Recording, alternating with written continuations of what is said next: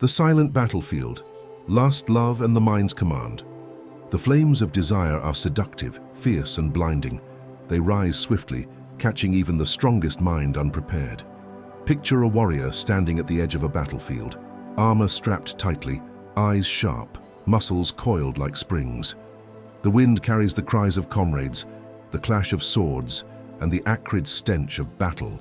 Yet, amidst focus and discipline, a sudden distraction emerges, not from the enemy, but from within the heart itself. A fleeting thought of a lover's face, a burning curiosity, a forbidden attraction flickers like wildfire across his mind. One heartbeat, one lapse, and the battlefield becomes treacherous, not from outside forces, but from within. Desire and passion, whether lust or love, are not mere emotions. They are forces that twist perception, cloud judgment, and corrode clarity. In an instant, the warrior may hesitate, falter, or act recklessly, not because of skill or strategy, but because his attention has been hijacked by longing. Decisions that once demanded calm precision become impulsive and erratic. Opportunities slip through his fingers, not because they were unattainable, but because the mind has become a slave to craving. Energy meant for mastery, for survival, is siphoned off into chasing shadows. The heart pulls the reins, while reason bows in submission. This danger is not confined to warriors of old. In the corridors of power, rulers have sacrificed kingdoms on the altar of lust. Merchants have gambled fortunes for fleeting indulgences. Ordinary people have exchanged freedom, honor, and stability for a moment of desire. History echoes the same warning. When the mind is ruled by passion, even the strongest fall. A single misstep, a single indulgence can unravel years of discipline, training, and preparation. And yet, the allure is irresistible. Desire whispers promises of fulfillment, ecstasy, and connection, but these are often illusions that lead only to regret, distraction, and loss. Miyamoto Musashi, undefeated swordsman and master of strategy, understood this danger intimately. Throughout his life, countless warriors succumbed not to steel, but to seduction.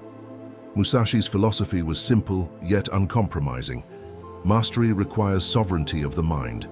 To achieve clarity, to navigate the chaos of life, one must not allow desire, lust, or love to dictate action. The body may be engaged, the sword in hand, but the mind must remain unshaken, untethered, resolute. Only then can action be deliberate, measured, and aligned with true purpose. Consider the tension of a single instant, a choice between yielding to passion or maintaining focus. The stakes are absolute. One wrong move can cost honor, opportunity, or even life. The path of mastery is not passive. It demands vigilance, self-awareness, and discipline. The mind must recognize desire as a visitor, not a ruler. Lust and love, like roaring storms, are powerful, but they must be observed, not obeyed. Every heartbeat surrendered to passion is energy stolen from mastery. Every moment indulged in craving is clarity lost. The question remains, will you allow your impulses to chart your course, or will you claim the sovereignty of your mind? Musashi's answer is clear. To master life, you must first master yourself. Desire may rise, but the mind must remain the commander, the unwavering force that determines action, focus, and destiny. The mind's sovereignty. Desire as a fire to master, not follow. Desire is neither inherently evil nor virtuous. It is neutral, like fire waiting for direction. Left unchecked, it can warm and illuminate, but if allowed to run wild, it consumes everything in its path. Lust and uncontrolled love, seductive and intense, flicker within the mind, distorting perception, magnifying longing, and whispering illusions of necessity.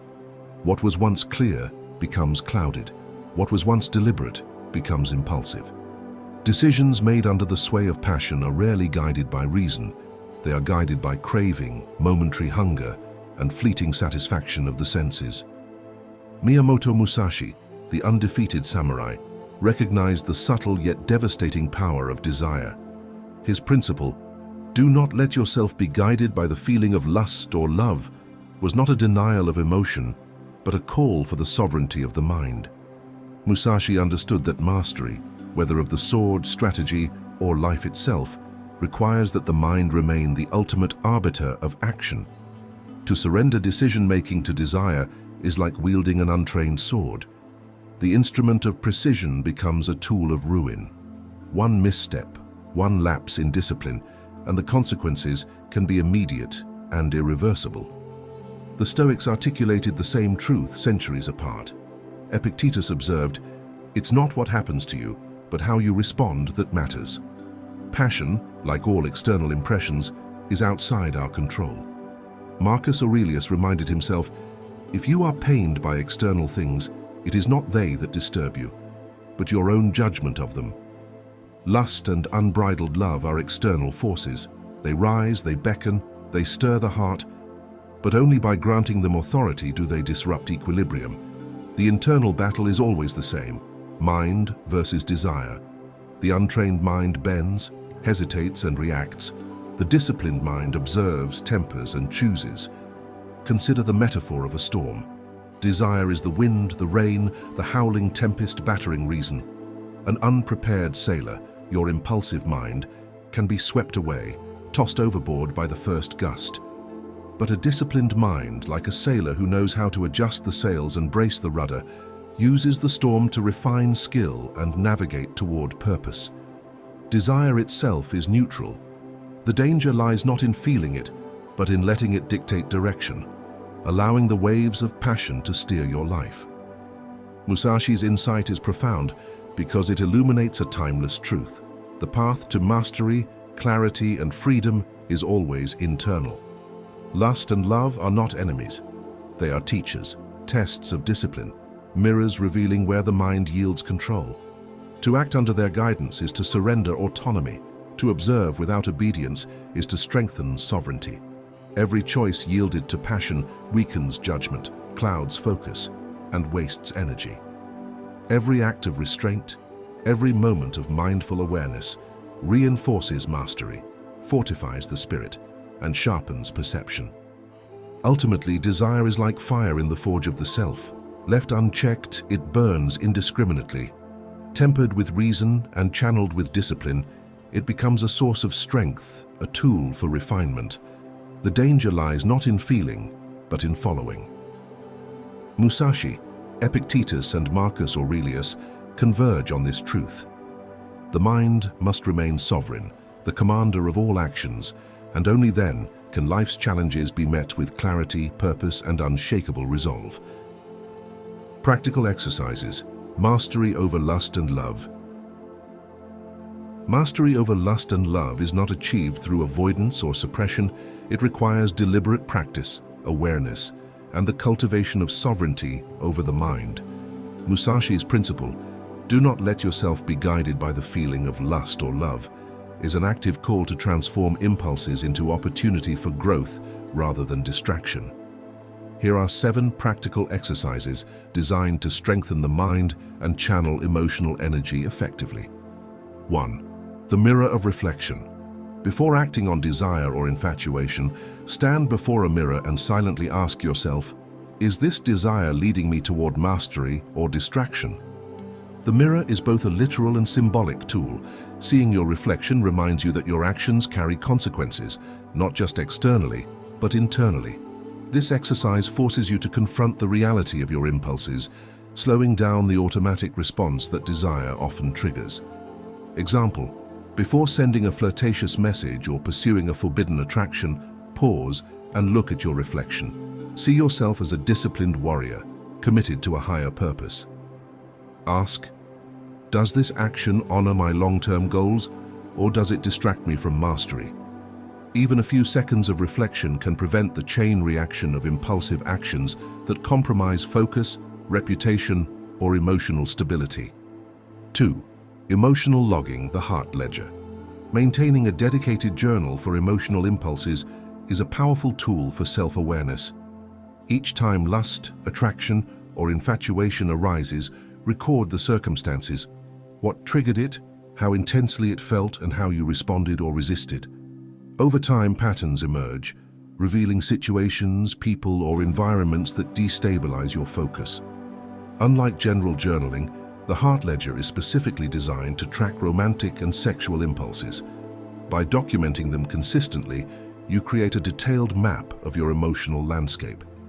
This practice not only cultivates self-understanding, but also trains the mind to anticipate challenges before they lead to impulsive behavior.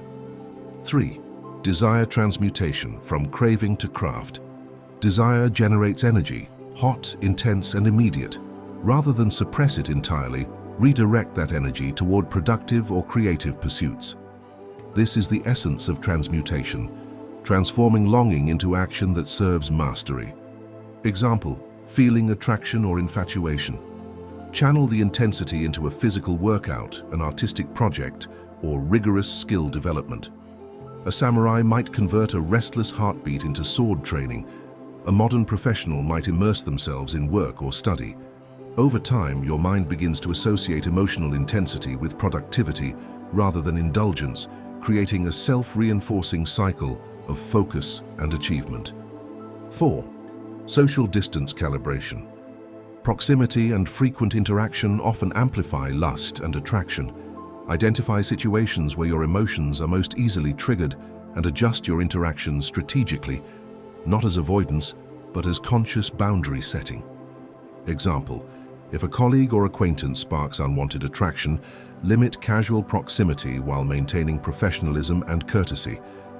Social distance calibration helps prevent repeated exposure to triggers that can hijack attention, allowing the mind to remain grounded and deliberate in its responses.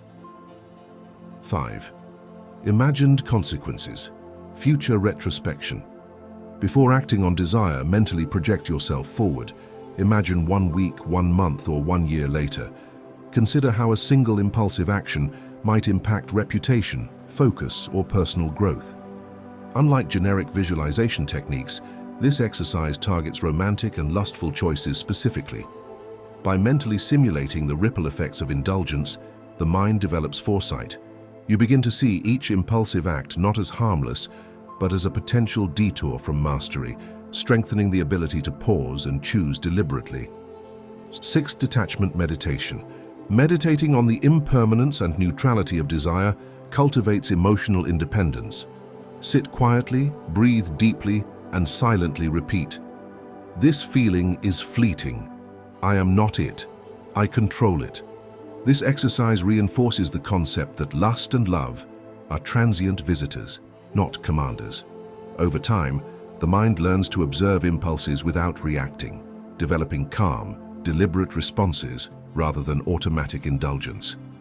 Regular practice fosters resilience, reducing emotional volatility and increasing clarity of thought.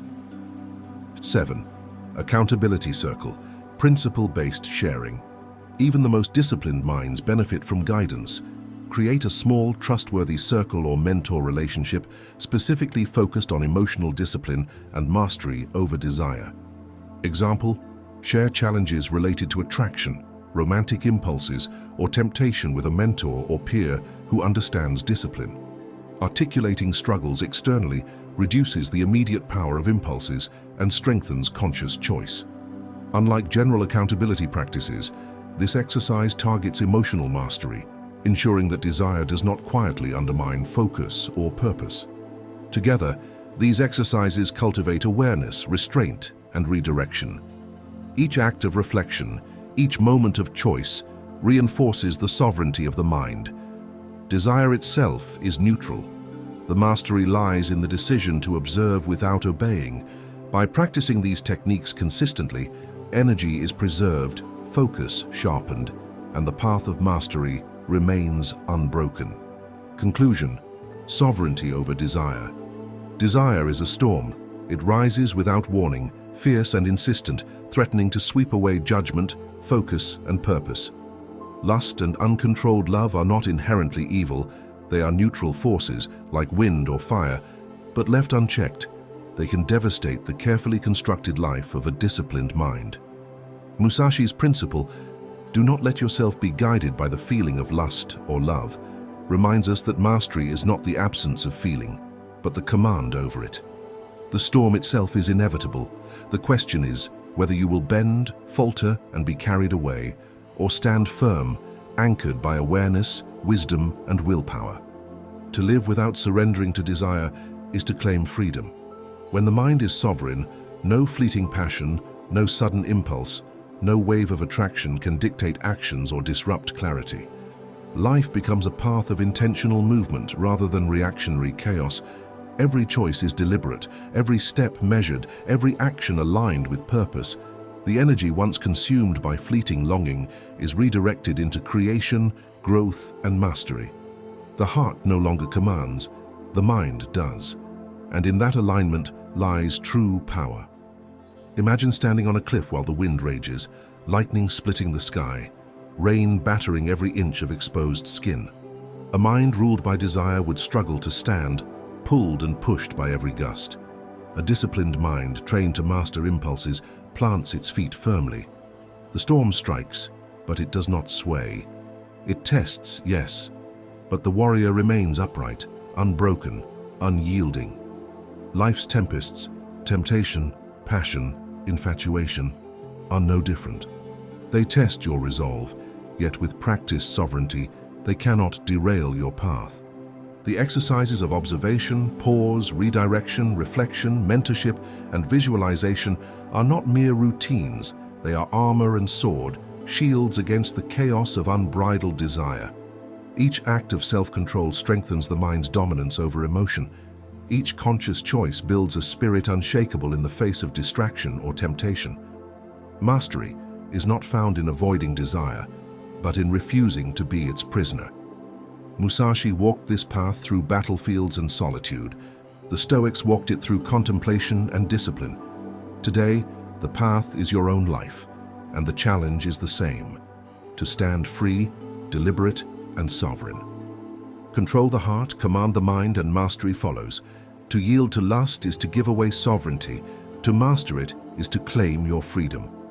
Desire may rise, but it need not rule. Passion may whisper, but it does not dictate.